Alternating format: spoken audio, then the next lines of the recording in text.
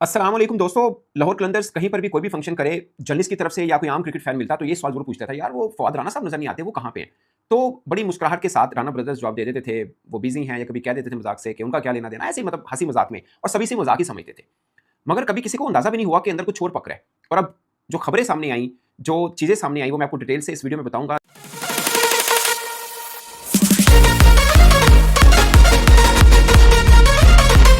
इल्जाम किस बुनियाद के ऊपर लगाया, क्या वो चीजें थी, किस मोड़ के ऊपर आकर इन भाइयों के दरमियान ये तनाज़ा शुरू हुआ, वो तनाज़ा की वजह क्या थी, सब कुछ मैं आपको इस वीडियो में बताऊंगा। और अब जो ट्रिब्यूनल ने फैसला किया है वो अब तक पहुंच गया है, वो उसके ऊपर भी मैं थोड़ी सी बात जरूर करूंगा। मगर मैं आपको एक बात बताऊं, मुझे याद है लाहौर कलंदर्स का शायद फर्स्ट एडिशन 2015-16 की बात है।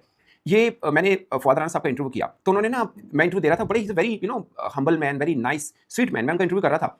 फवाद राना साहब का जो बड़े भाई हैं, जो शुरू शुरू में हमें नजर आते थे, उन्होंने एक बड़ी ना फखर के साथ एक बात मुझे की, जो मुझे आज भी याद है, मैं अक्सर लोगों को कहता भी हूं। उन्होंने कहा, ये चुबुर्जी ना, आजकल चुबुर्जी चेंज है, लाहौर का एरिया जो चुबुर्जी है, उस पहले ना ग्रीन बेल्ट टाइप पट्टी होती थी इर्द गिर्द में। उन्होंने बोला कि ऐसे हालात भी थे जब मैं लाहौर में शिफ्ट हुआ, पैसे नहीं होते थे, तो मैं ग्रीन बेल्ट के ऊपर भी सो जाता था, पट्टी पे भी रातें गुजारी हुई है मैंने, इतनी मेहनत की है। और ऐसा मोड़ भी आया कि कंपनी जो मैंने अपना यानी बिजनेस शुरू किया, तो एक मोड़ ऐसा भी आया था कि मेरे पास सैलरी देने को पैसे नहीं थे, बट जाहिर है मेहनत करे खुदा देता ही है, तो वो चीज़ें मतलब सब हुई। मुझे आज भी उनका वो इंटरव्यू याद है, अक्सर चीज़ें वो होती जो कोई याद रह जाती, मुझे आज भी उनकी ये बात याद है कि नीचे से ऊपर आने वाले वो साहब हैं और मेहनत पे बिलीव करने वाले हैं। खैर जो भी है, बाकी आतिफ राना और समीर राना साहब हैं, इनको तो आप जानते हैं, मुतअद्दिद मरतबा प्रेस कॉन्फ्रेंस में सामने आए हैं, ये भी धीमे मिजाज के साथ बड़ा बोलते हैं ये भी। बट मैं आपको बता देता हूँ कि जो फैसला क्या हुआ, फिर वो भी बताऊंगा कि किस मोड़ पे आके ये प्रॉब्लम हुआ है। ये 2015 में आपने दो चीजें याद रखनी है, एक काल्को को और एक KRR को। ये जो काल्को है, ये फवाद राना साहब जो बड़े भाई हैं उनकी, मतलब वो उनकी कंपनी है, और कोस्टर राना रिसोर्सेज, ये जो कंपनी है, ये आतिफ राना साहब की और समीर राना साहब की कंपनी। ये आपने याद रखना है कि दो छोटे भाई हैं, उनकी KRR है और वो जवाब देंगे हैं, रिस्पोंडेंट वो हैं, और जो क्लेम कर रहे हैं वो फवाद राना साहब हैं और उनकी कंपनी का नाम काल्को है। ये आपने, क्योंकि मैं बार बार यही बोलूंगा तो आप कंफ्यूज ना होगा कि ये किसका है। काल्को मीन बड़े भाई, KRR मीन दोनों छोटे भाई की जो कंपनी है, इसको आप ज़हन में रखिएगा।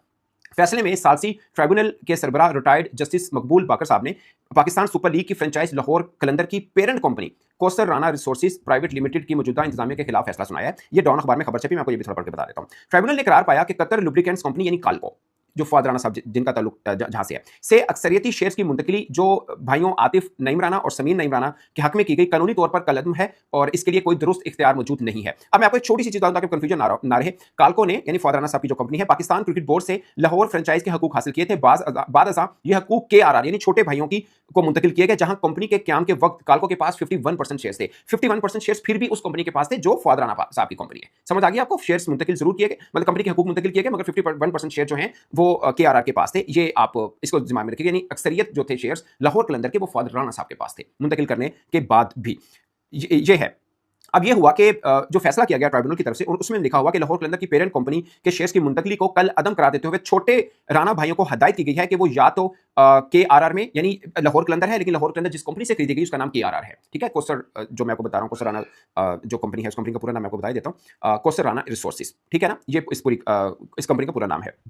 उसमें यह कहा गया है, KRR को यह कहा गया है, छोटे भाई को हदायत दी गई है कि या तो वो KRR में 51% जो शेयर्स हैं वो वापस करें, या 2.96 अरब रुपए अदा करें, यानी या तो 51% जो शेयर्स थे काल्को के वो वापस उनको किए जाएं, या फिर 2.96 ऑलमोस्ट 3 अरब रुपए बनते हैं वो दिए जाएं। अच्छा, इसमें जो हुई थी ना, जरा हुई है, उस बीच में एक और चीज सामने आई कि जो KRR के शेयर्स कुछ बेचे गए, छोटे भाई ने बेचे, और उस बारे भी बड़े भाई को मालूम नहीं था। वो बात आगे जाके आपको पता चल जाएगी। अब जो मसला शुरू हुआ वो 2018 और 2020 में होने वाली दो मुतनाज़ा शेयर्स की मुंतकली थी। ये शेयर्स ट्रांसफर किए गए, वो असल में वजह बनी 2018 और 2020 में, जिनके बारे में जो छोटे भाई हैं उनका जवाबदेहिंदगान रिस्पोंडेंट, उनके दो यानी छोटे भाई, उनका ये कहना है कि ये मुत्तहिदा अरब अमारात और कतर के दरमियान जो जियोपॉलिटिकल टेंशन बनी थी ना, उस वजह से ये शेयर्स मुंतकिल किए गए थे, क्योंकि वो अबू धाबी में होने वाले T10 कंपनी में शिरकत को, यानी हालात ऐसे थे कि कंपनी अगर वो कतर की है, मैं आपको बस मफहूम बताना चाह रहा हूं, अगर उसके शेयर ज्यादा हैं तो यूएई के अंदर मैचेस हो रहे हैं तो कोई मसला मसाइल ना हो, इसलिए फिर उस कंपनी के शेयर बढ़ा दिए गए थे जो ऑलरेडी यूएई के अंदर है, मतलब इस तरह से करके। उनका कहना था कि चूंकि यूएई ने कतर से ताल्लुकात मुनक़ते कर लिए थे, इसलिए काल्को की अक्सरियती मलकियत वाली किसी कंपनी के लिए यूएई में सरगर्मी में हिस्सा लेना मुमकिन नहीं था। लिहाजा फवाद राना ने फैसला करके काल्को अपने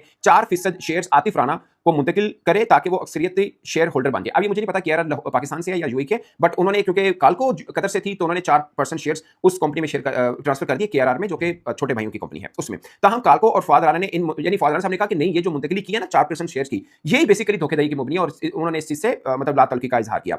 जिस पर छोटे भाइयों ने यह भी दावा किया कि KRR को अदा की गई कुछ रकम छोटे भाइयों की जानिब से काल्को के चेयरमैन और CEO यानी फवाद राना साहब की जो कंपनी और उनके जो CEO हैं इज्जत माफ शेख सुल्तान के मुनकदा शिकार के इंतजाम किए थे। उनके कुछ पैसे ऐसे थे जो उनके CEO साहब आए, फवाद राना साहब के CEO साहब जब आए तो उनके हंट के लिए, शिकार के लिए कुछ पैसे लगे थे। ताहम दावादारों ने इस मौक़िफ़ को तरदीद करते हुए कहा कि खातों के गोशवारों में इस मकसद का कोई जिक्र मौजूद नहीं है, ना ही कोई सबूत पेश किया गया, ना ही जवाब दहिंदगान ने वसूल और खर्च की। यानी जो रकम वो कह रहे हैं ना कि हमने उनके शिकार के ऊपर पैसे लगा दिए हैं, उसका सबूत नहीं दे पाए छोटे भाई।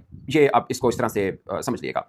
अपने फैसले में ट्राइब्यूनल ने जवाब दहिंदगान के मौक़िफ़ में कई संगीन खामियों की निशानदेही की। ये अब सुनिएगा। ट्राइब्यूनल ने नोट किया कि फवाद राना ने सफरी तारीख और पासपोर्ट की नकूल पेश की, जिससे साबित होता है कि वो उस वक्त पाकिस्तान में मौजूद नहीं थे जब मुबैना तौर पर मुतनाज़ा ट्रांसफर डीड्स पर दस्तखत हुए। यानी वो जो डीड्स के ऊपर साइन हुए, फवाद राना साहब कह रहे हैं मैं तो पाकिस्तानी नहीं था, और उन्होंने पासपोर्ट के साथ सबूत दिया कि मैं ऑलरेडी बाहर था। नंबर 1। अब नंबर 2 पे आए।